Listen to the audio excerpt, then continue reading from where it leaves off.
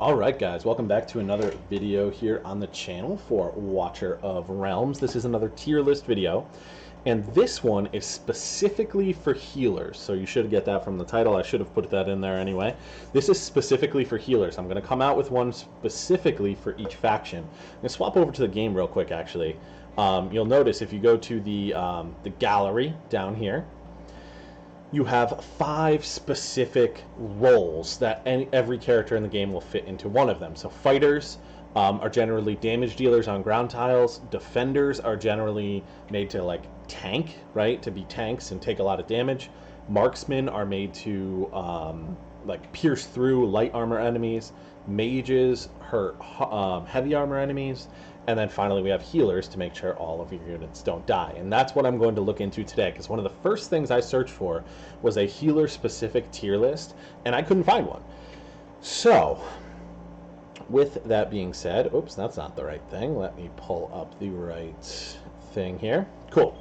So here are my tiers. Again, feel free to agree, disagree. Go check out my other tier list as well if you're interested in that on the channel. Agree, disagree with that one as well. But make sure you say why in the comments, because I would love to hear from you. There was a little bit of discussion in the comments on my other video, which is great. I love that. I want to engage with the community. So, okay, so we have amazing, which is our top tier, best healers in the game. We have very good, which is, you know, healers that are serviceable. And to above average. We have okay, which are like you could use them in a pinch but you really wouldn't want to, and avoid, which is healers that you really just shouldn't use because they're not great in comparison to the other healers, right? This is all into you know, kind of related to each other, right? Okay, so this is just in terms of healers. And then finally we have the star tier, which is I'll tell you right now, Dolores is going to go into. Now, Dolores is fantastic, but not as a healer, okay? So she's in the healer category, so I wanted to include her in this video, but she is not a good healer. What she is great at is providing inspiration, which is basically an attack boost. So if we look at Dolores here, which ability is it? So this graceful dancing. So it applies inspiration, which can get boosted up to 40% to all other allies in range for 14 seconds, okay? And it can get longer as well. Increases attack proportionally to the caster's attack, in this case Dolores. And inspiration increases attack. So you get 30 up to 40% more attack to anyone in Dolores's range.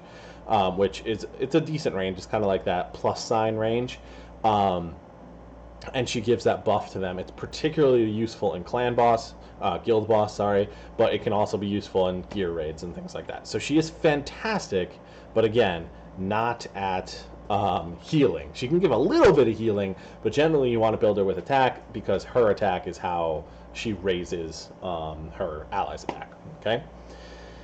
So let's go with Ezrin. Ezrin is an amazing healer. She is S tier for sure. She's top tier. If we take a look at her and her abilities, she's a tri-healer. So there's basically 3 different kinds of healers in this game. There's tri-healers who heal 3 targets at a time, including potentially themselves. There's single target healers who just heal 1 target at a time. And then there's AoE healers who heal everyone in their range. So it says she's an AoE heal, but I believe her skill is actually to 3 allies in range. So she's a tri-healer like I was talking about. Her ultimate is fantastic. It restores HP equal to 40% of the hero's healing multiplier for 10 seconds. So, and it dispels any debuffs they might be under, which is awesome. So if you need good chunk healing, that's where that comes in. The Elf of the Forest is actually awesome. So you can put a wood elf down every 40 seconds. It becomes like a character, and you can put it down on a tile, and it will provide another blast of bulk healing, which is really fantastic. And then this is a passive that's on auto. Every 5 seconds, she restores rage for all allies to 1% of their rage cap, and that can go up more, right? So it can go up to 3% every 3 seconds, which is basically, you know, 1% every second, which over the course of a battle, when you're really waiting for that rage to, you know, to pop up so characters can use their ultimates, that's what you're looking for, right? So yeah, you really want rage caps increased, and that's what Ezrin's fantastic for. She's great in guild boss. She's great again in the raids. Fantastic healer. Okay. Now we have whoops. Let me go back to the tier list. Now we have Leia. No, now we have Ezrin, okay? We have Ezrin. Now, Ezrin's okay. Let's look at him in-game. I think that's where I'll put him. I actually pulled him really early. This talent is very interesting. He only heals 1% at a time, but damage taken at a time will not exceed 60% of max HP, right? So he can't get one-shot by anything, which is interesting. His auto ultimate is 220 attack-based healing. Now, in general, I find attack-based healing is not as good as HP-based healing because then the healers themselves are not tanky, right? And you have to build that attack gear on them, and attack gear really needs to get spread to all sorts of different characters, and it's hard to get that really good attack gear and keep them tanky. So, excuse me, that's another reason I just really don't love him as a healer. This ability is cool. When any ally's HP drops below 30%, immediately grants 200% attack-based healing to them, which can be very good, but it's only one time every 40 seconds. Down to 35. So I don't know. He's good. He's not great. I find myself using even epic healers over him. So that is where I would put Ezrin. Speaking of epic healers over him, I put Vortex. I'm going to put him in amazing because his range is ridiculous. So let's look at Vortex here. This is not his range. Can you see his range? What extends his range? Oh, getting promoted, so I can't see it from here. Hero details. Max level. Yeah. Okay, so check it out. So when he's maxed up, he actually has this ridiculously wide heal range, which is super helpful, and he can just hit a ton of people. He is single target heal, but it's HP based, and he has decent base HP there. His HP-based healing to one ally in range at a time. You can upgrade his healing as well, and he applies shields on overheals. So if he heals someone over their max HP, he applies a shield for the water damage or damage absorbing water shield that lasts for 10 seconds. So. And then his same thing with his passive and his ultimate. They kind of do a similar thing. So he's a very good healer, not least of all because of that range, really. Okay, let's go with Lely. I haven't used her a ton. I'll put her in okay, only because she has a really unique ability where she can save one ally from imminent death. Okay, so on a what would be a fatal hit, her, I believe, passive will protect them, and they gain a shield, and they're immune to one fatal strike. Okay, so then they need to get healed back up, but I don't know. I just don't think that's that great. Her other healing's not very good. She is another attack-based healer, so it's difficult to keep her tanky, etc., etc. So I don't know. I don't love her. Okay, let's go with Sadie. Sadie is a very good healer. Her real value comes with her ultimate. She's great for Gear Raid 2. She's top tier for Gear Raid 2. She's not as good everywhere else. So she does get physical and magic damage reduction to allies in range, which is fantastic. And then she has HP-based healing to all allies in range, which means her multiplier is not as good as some other characters because she might be healing up to 5-6 people at a time. It all gets split between who she's healing.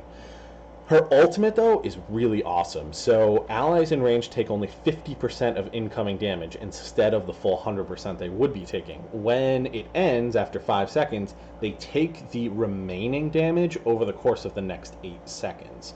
So you still get all the damage, but it's over time. And then this passive kind of helps with that again, because you get 8% of their max HP, anybody who was party to her ultimate, or increases 20% of her max HP, and actually when you awaken her, you get both those effects at once. So she can kind of make them extra tanky, so then when they're getting that damage that they should have gotten before over time, they can stay alive. So she is a really top tier healer. I don't think she's on the same plane as say Elowin and Vortex, but that unique ability is really cool.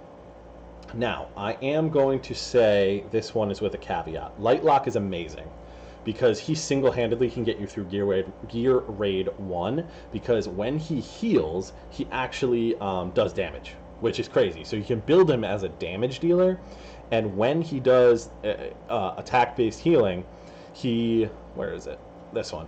His attack increases by 10% for 15 seconds each time he heals the same ally. So if you can get him healing the same ally all the time, and then he applies his ultimate, it restores HP for the healer, or for the ally, and deals magic damage equal to 50% of Lightlock's attack to all surrounding enemies. Now he's going to get nerfed, and he's not going to affect all enemies, and he's not going to be as good very soon. But right now, he is top tier. Really, really excellent healer. Okay, Medan I'm going to put here. She's basically like Elowen Jr. She doesn't quite have the same add-ons, but she is a tri-healer with that same sort of range. She can heal behind her. Good healer, very good healer, as a matter of fact, just not quite as good as Elowen. Basically like Elowen Light. Hollow, what does Hollow do? I forget. So let me look at her. I know she's good for Guild Boss. So she attack-based healing, so that's a strike in my book already, to be honest. When triggered, increases the healer's healing multiplier by 25%. Oh, okay, so, and they can heal one more target. So she does only a mono heal, but then she can up it to 2 during her ultimate, which is okay. And then when Light of Bliss is activated, recovers rage for allies. Okay, so that's why she's used in Guild Boss, because she can recover rage for allies, which is nice. As far as an actual healer, though, only healing one at a time, I don't know. I think she's okay. Let's take a look at Nasande now. I really don't think there's a need for Nasande. I keep clicking on the wrong thing. Sorry, guys. A need for Nasande. So let's look at. So she does have the bounce heal. Okay, so that's interesting. But I don't think her multipliers are great, and it is one ally at a time. Despite the fact that she can bounce them, she is attack based. Another thing to kind of avoid. I just think there's so many better options in the tier. She can do an attack speed increase, but only for 8 seconds every 40 seconds. I don't know. So I really don't put her top tier. I really kind of put her significantly lower. And then while we're here, let's look at the only one. Oops. Let's look at the only one I don't have, and that is the Lord healer, Leia, from the Watchguard faction. Okay, so every 3 basic attacks increases the next basic attack's healing by 50%, so that's kind of cool. As a talent, attack-based healing, but it's 3 allies in range, which is always good. Restores 10% rage for all allies in range immediately when you use the ultimate, which is great, and then another 1% rage every 2 seconds for 10 seconds. Obviously, this can get buffed up as well. Damage increase to all allies in range. That's really good when the ultimate ends. And when they release their ultimates, they restore HP up to 150% of Leia's healing multiplier. She's fantastic, huh? Plus, you have the Lord stuff on top of that, where she periodically increases damage and healing. She increases basic attributes by 15%. And so she absolutely earns an amazing rating. Now, what I am going to do is I'm going to bump a couple of people down. I'm going to bump Lely down because despite her having that very interesting one niche use, there's better options. Ezrin can stay there. Medan I'm going to put here, and Vortex I'm going to move down. And so I'm going to go with this. And I'm going to move Lightlock down too because he's going to get nerfed. And maybe I'll... something like this, with Lightlock and Medan being very close to swapping. Leia's probably going to have to be number 1, and being the Lord and getting all those extra stats. Then Elowen, Vortex, Sadie, Lightlock, all in the very, very good tier. Medan can really kind of pop up there as well. Hollow is still very usable. Like I said, the OK category, they have their uses.